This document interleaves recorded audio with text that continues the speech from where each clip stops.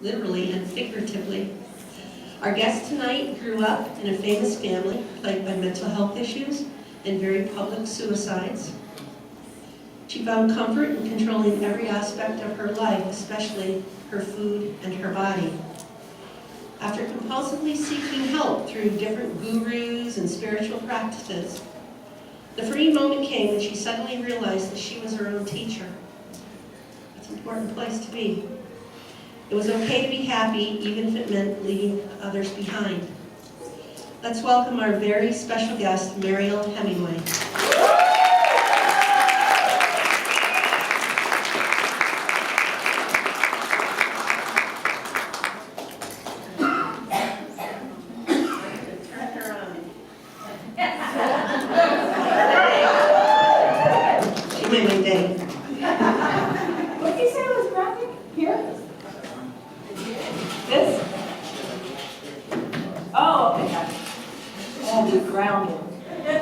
Okay, that was a crazy drive.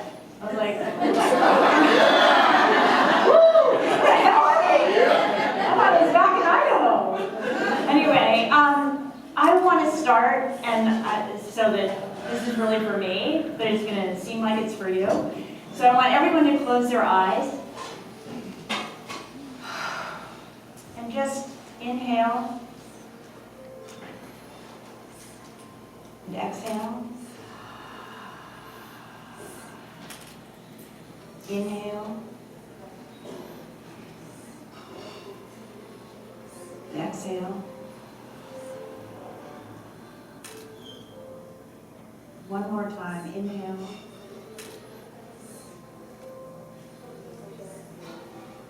And exhale. Before you open your eyes, I'd like you to take a moment to think of something you're grateful for, or someone you're grateful for. Perhaps it's your cell phone. Or perhaps it's you. Maybe you're grateful to you for arriving today, for the journey that you've been on, for the struggles that you've had, grateful for getting as far as you have in your life. Just take a moment to think of something and really say thank you. Thank you, because I know that this gratitude has brought me exactly to where I am in this moment. And in this moment, I plan to fill myself with so much light and so much gratitude and health and goodness and wonder and expansion, because I deserve it. Because I am light and I am loved, and I'm good and I'm kind.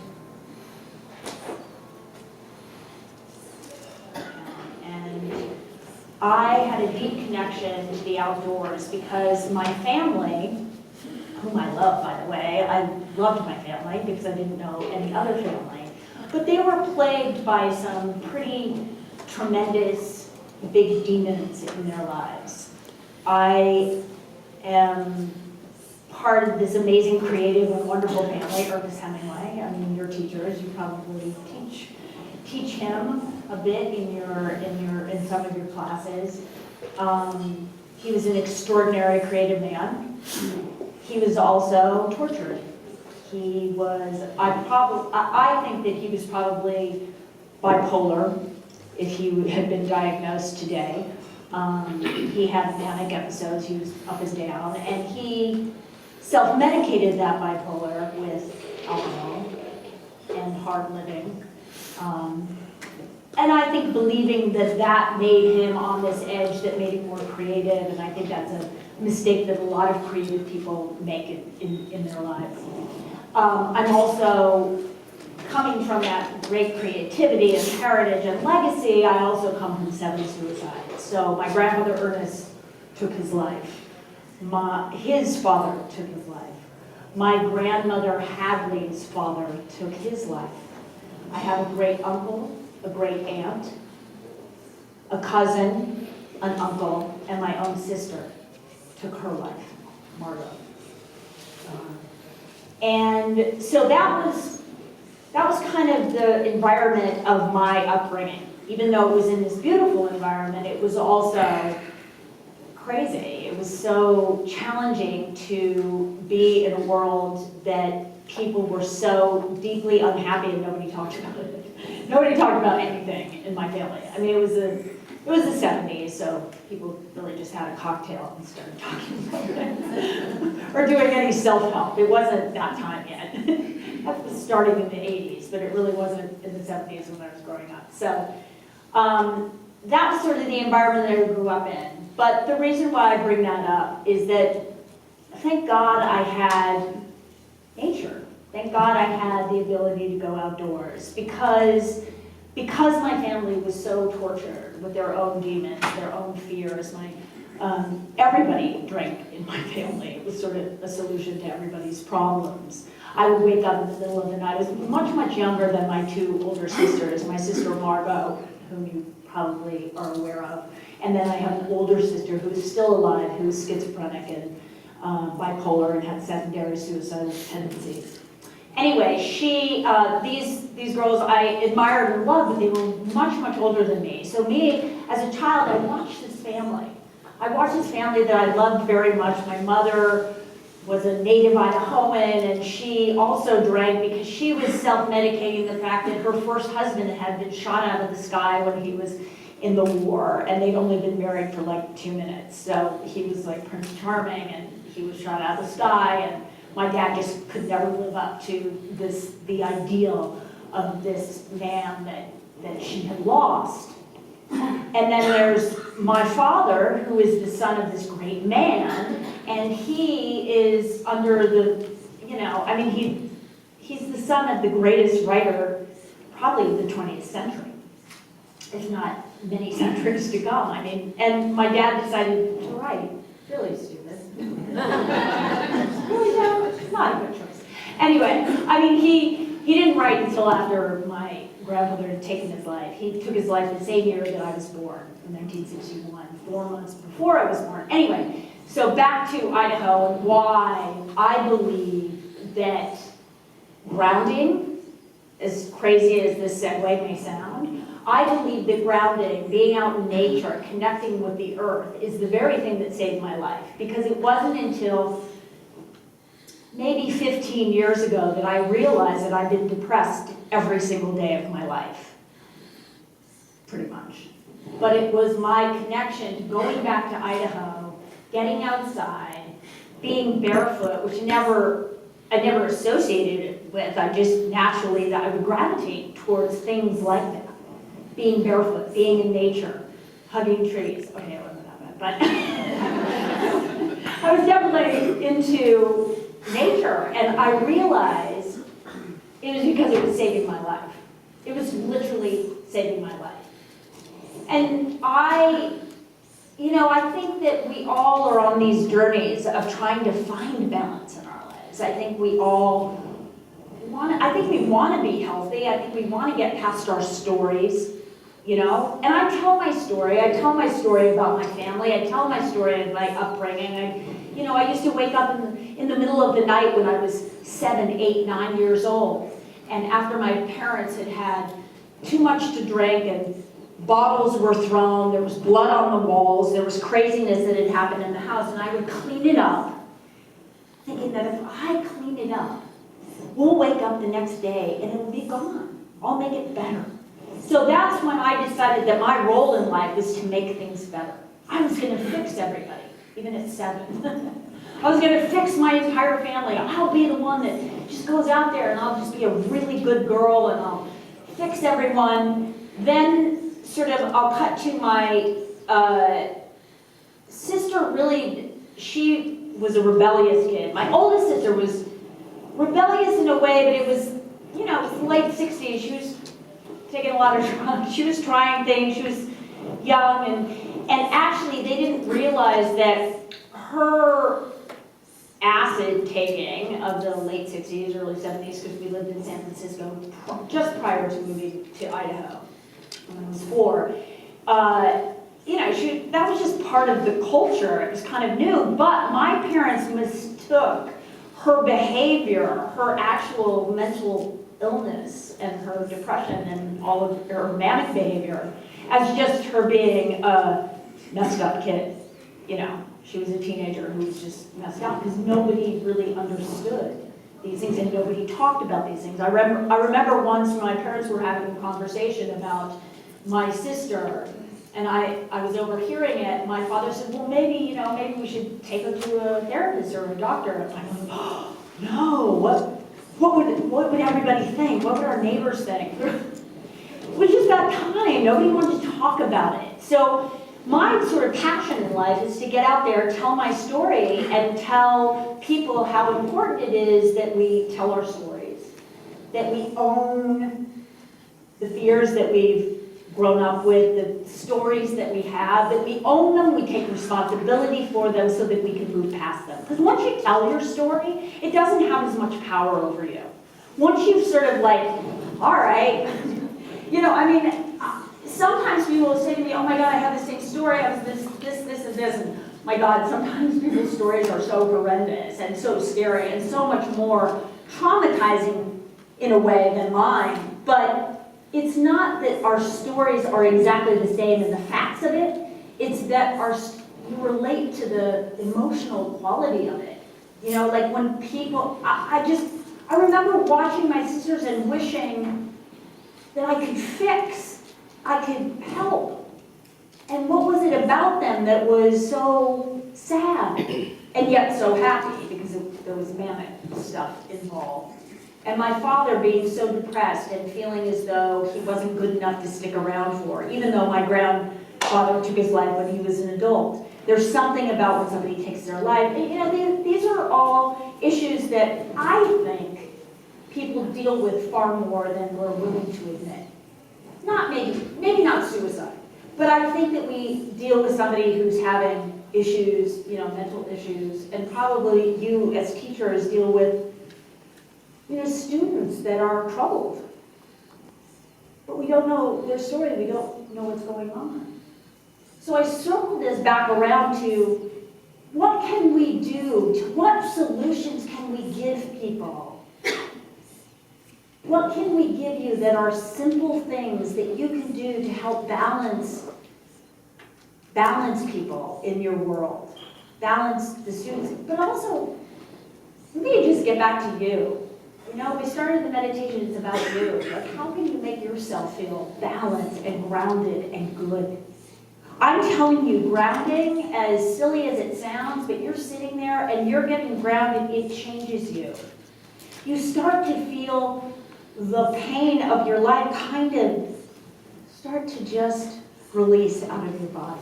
It really does, because inflammation is not just inflammation of the body, it's not just tissue, it's not just muscles, it's the brain, it's brain cells. Neuroinflammation is as severe and probably the greatest cause of mental health problems. Depression, suicide, and all that stuff, it's neuroinflammation. What does that come from? Poor living, poor eating habits, the fact that we've so disconnected from this earth that we live on. Prior to the 30s and 40s, when rubber-soled shoes were sort of invented, PF flyers were invented in the 50s, when rubber-soled shoes became the thing, we started slowly disconnecting from the earth. We started not being grounded. We're going to run faster and jump higher with our PF flyers, but we're also going to start getting sick. It's weird. And it seems that's pretty simplistic. But I'm telling you that these are real things. I was just at an event for Alzheimer's. And I was speaking with Rudy Tanzi, who's one of the greatest neuroscientists, at least in this country, out of Harvard. And he said that neuroinflammation is one of the greatest causes of Alzheimer's. Alzheimer's is a mental illness. It is a mental illness. It happens in the brain. The brain starts to deteriorate. And it's because there's so much inflammation. It's a very simplistic Mariel Hemingway version of what it is. But I'm telling you that our disconnection from that very thing that we come from. And we come from the earth, you know? We were, many, many years ago, we were connected with the earth. And we didn't have the diseases that we have now. I mean, people died young because their lives were harder and they got viruses and they got things, but the inflammatory diseases that we're plagued with now didn't exist then. They just weren't around. Anyway, back to my story. Back to my lovely story. So there I was in Idaho, loving my family. Thank God I have the outdoors to get out to. And then my sister Margot made this movie, Lipstick. And she was 7 years older than me. And she got this part and she said, I think that you should hire my sister Mariel to play my little sister. And which I was a little shocked because we didn't have the best relationship. Because basically I had, taken away her thunder when I was born. It's like, what are you doing here? I've been ruling this roost for a very long time. You have come in and you're trying to butt me out like a knife. So anyway, I was shocked, but I thought, oh, this will be awesome. I'll get to go to LA and I'll buy new school clothes. Like I came from a small town. I was super excited. So I made this movie. Long story short, movie comes out. Margot is slammed in the critics were horrible to her. Mean, vicious, for stupid reasons. Like her eyebrows were too bushy or something. Like weird things were said, but it was like she was the biggest model. She was the first supermodel. I don't care what Janice Dickinson said. She was the first supermodel in the world. She was on the cover of Time magazine. She was this big deal, and then she makes this movie, and they just killed her. They just destroy her in the press and say she's a horrible actress and blah blah blah blah blah, saying awful things. While me, at 14 years old, gets accolades for basically showing up and being scared in the scene and crying because I didn't really understand what was going on. So I start making movies, and that creates tension in our relationship, which is very sad to me because in retrospect, I really didn't understand the pain that my sister was in. I didn't understand that she was actually suffering from. She was an addict. She'd been an addict for a very long time. She started drinking when she was 13, and then it went to drugs and drugs and alcohol and just all kinds of things for many, many years. And she really, really struggled. And I don't think that when she was alive that I had as much compassion as I do today, which makes me very sad. Anyway, during this entire time of my life in Idaho and then starting to make movies, I leave Idaho, I leave this family that I think that I'm supposed to fix.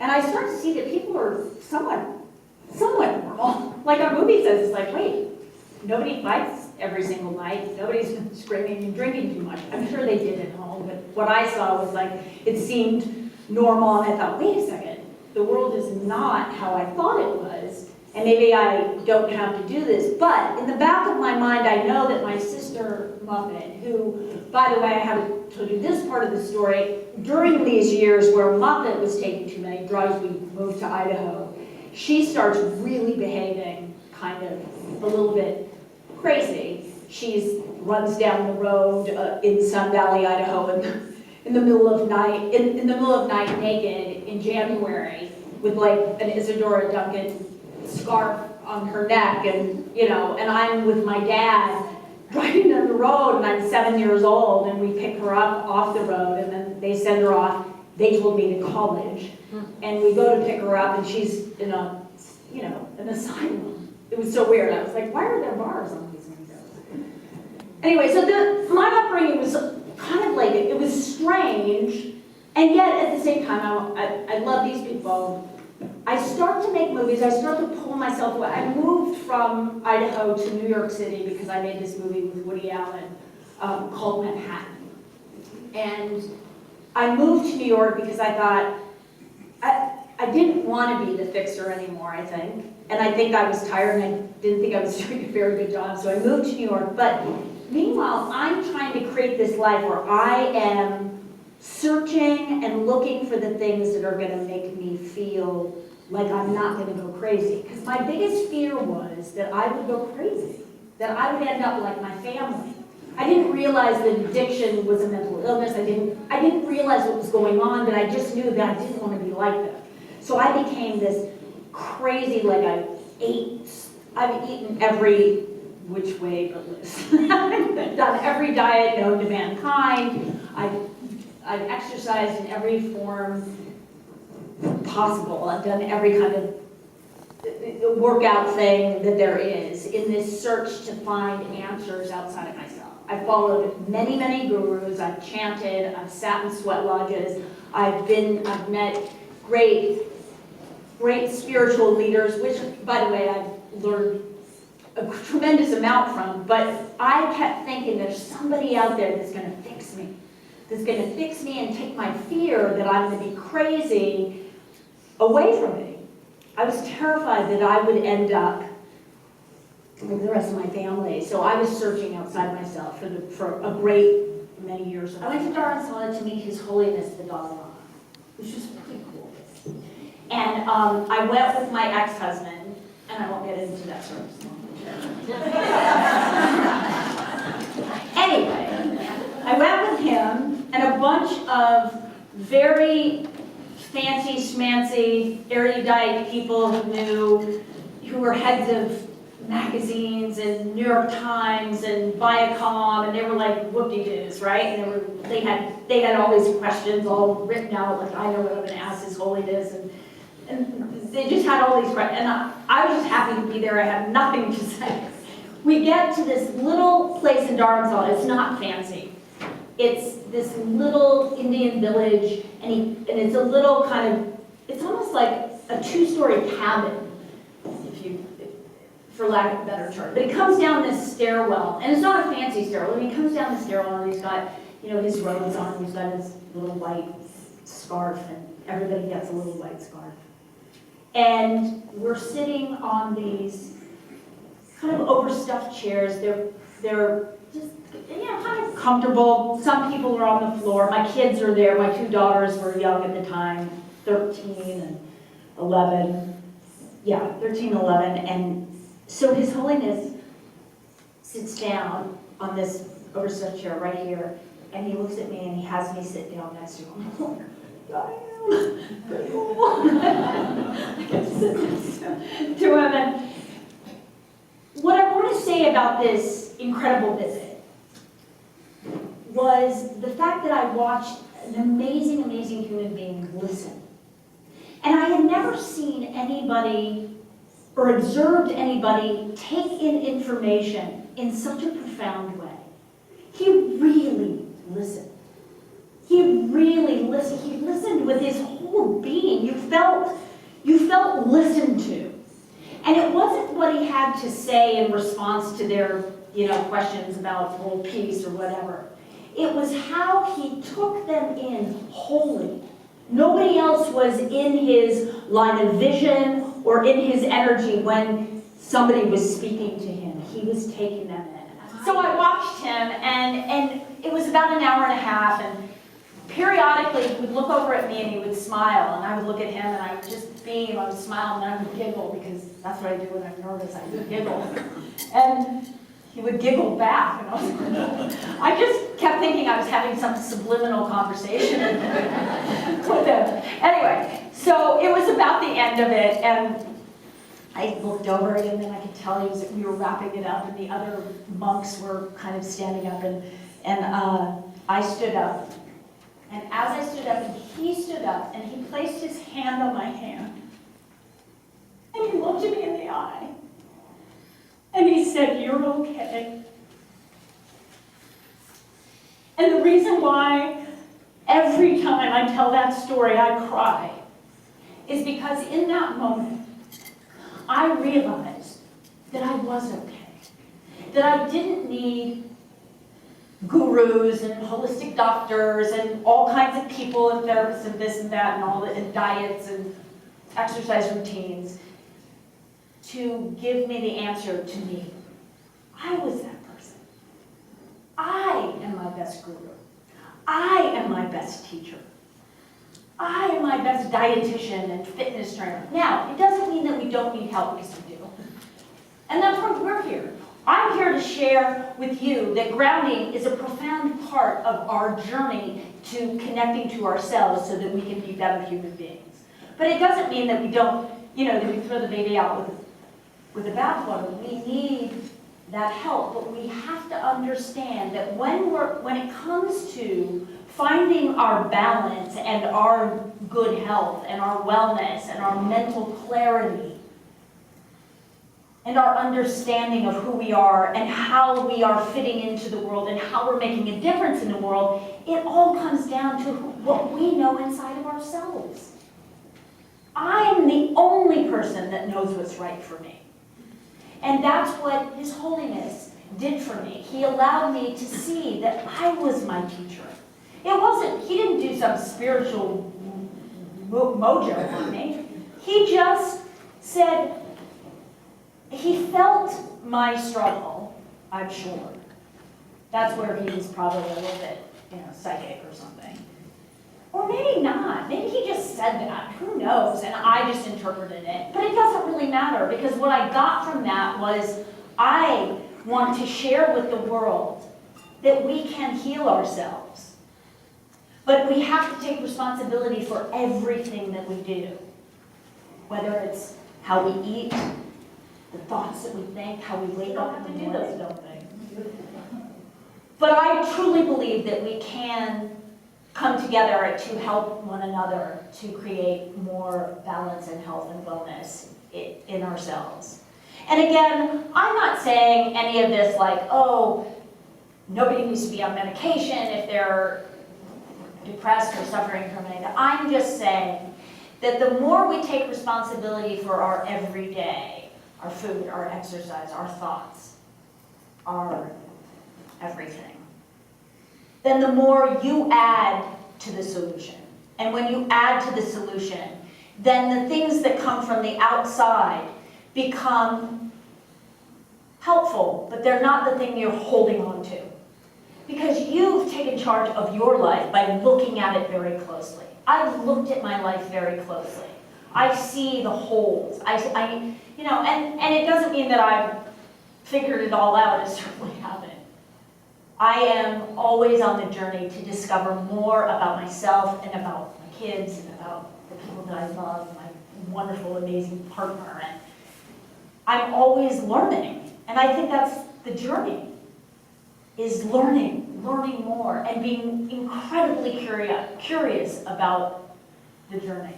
To be kind of a humble servant to you, who I really admire. Because I truly do. I'm not a blow and smoke up your ass. I'm just not. I really admire you. I really do. I couldn't do what you do, and I really think that we are on the verge of changing the world.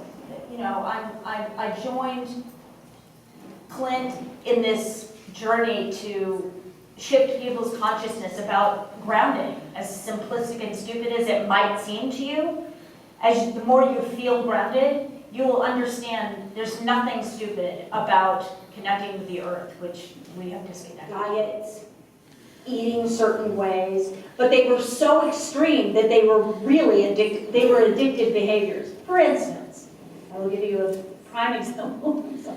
I literally have eaten so many different ways. I literally used to eat air-popped popcorn and organic coffee all day long, and that's all I ate, okay? This was back in the days when fat was a big, big no. We never did fat, so I didn't eat fat for 20 years. I didn't do this for 20 years. I didn't do that for 20 years, and I thought I was healthy. I've been vegan, I've been microbiotic, I've been vegetarian, I've been all protein, I've been no protein, I've been all fat, I've been no fat, I've been this, I ate fruit for a year and drank, I always drank a lot of coffee because I thought, oh, but it's healthy, it's organic. I was so jacked up that year. I was like, fruit and coffee? It was like sugar and coffee. So I've done a lot of things, so I would consider myself actually an incredible addict. But what helped me, in 12-step programs, I've done Al-Anon, but I wasn't as strict about going because, I don't know, I just wasn't. But I know how incredibly helpful they are. My sister, towards the end of her life, was in a 12-step program, and it was so helpful to her. I mean, yes, she did take her life, but, you know, but I know that program, it works for so many people, and I just admire everybody who has the strength to go and keep going and work the program, and I really understand it. But I was definitely an addict of whatever. And then I became addicted to like holistic healers. Like I would call them and I tried to make them my friend so that they wouldn't be annoyed by how much I was calling them. I think I'm sick, I think I'm dying, I think I'm this, I think I'm crazy. They were like, yeah, you're driving me crazy. It's my perspective of my childhood as though I were 14, which was I don't know why that voice was so strong in my head, but that was easy to write about in a few hours. But I am actually producing a television show for the prevention of suicide for teens because I think it is an epidemic. I think it is of epidemic proportions. We just did the sizzle reel. Time Magazine is my producing partner.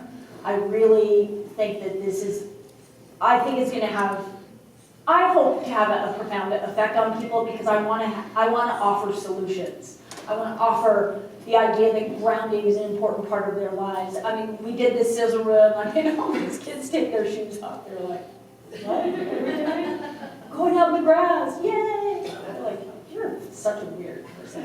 I don't care. Oh me. But, you know, it's funny with teens, and you guys know this so much more. It's like as they get comfortable, you know, they talk. And what I want this to be is I want them to tell their stories. I don't want it to all be like sad stories that you're just going, oh my God, this is so horrible. I really want to create solutions. And part of the solutions, which are solutions for all of us in our life and lifestyle, is that teenagers especially are on social media far too much. They're on technology all the time, as you know, and it's a problem. It's a big, big problem. You know, and the whole idea that likes are real and that's the way Kim Kardashian really looks when she wakes up in the morning. I don't think so.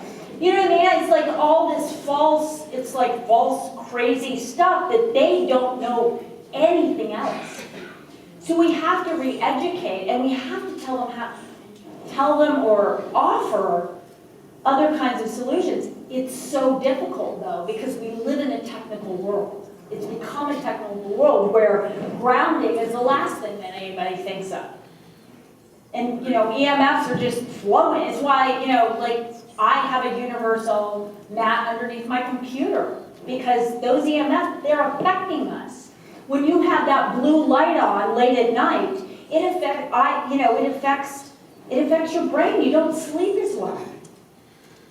There's apps that take the blue light out so that you can diminish some of the effects of that. If you have a universal mat, grounding mat underneath it, it dissipates the effect of EMFs.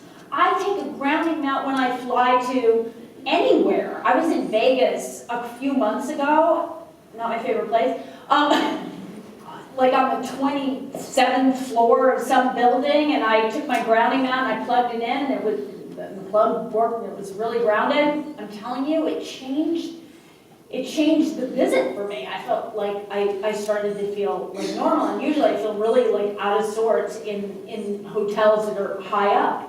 But if you plug into a grounded source, you start to feel like okay. And if I travel to Europe, I just will get on my grounding mat or go outside. When I went to Cuba recently, and I'd flown there and I was all discombobulated, I went out and it was weird walking barefoot in Cuba. And teens about it that have influence with the rest of them, I think that's how we're going to make a difference. If we can influence the few that have the ear of some of the others, then we can create a movement so that they'll start thinking about their lifestyle a little bit more.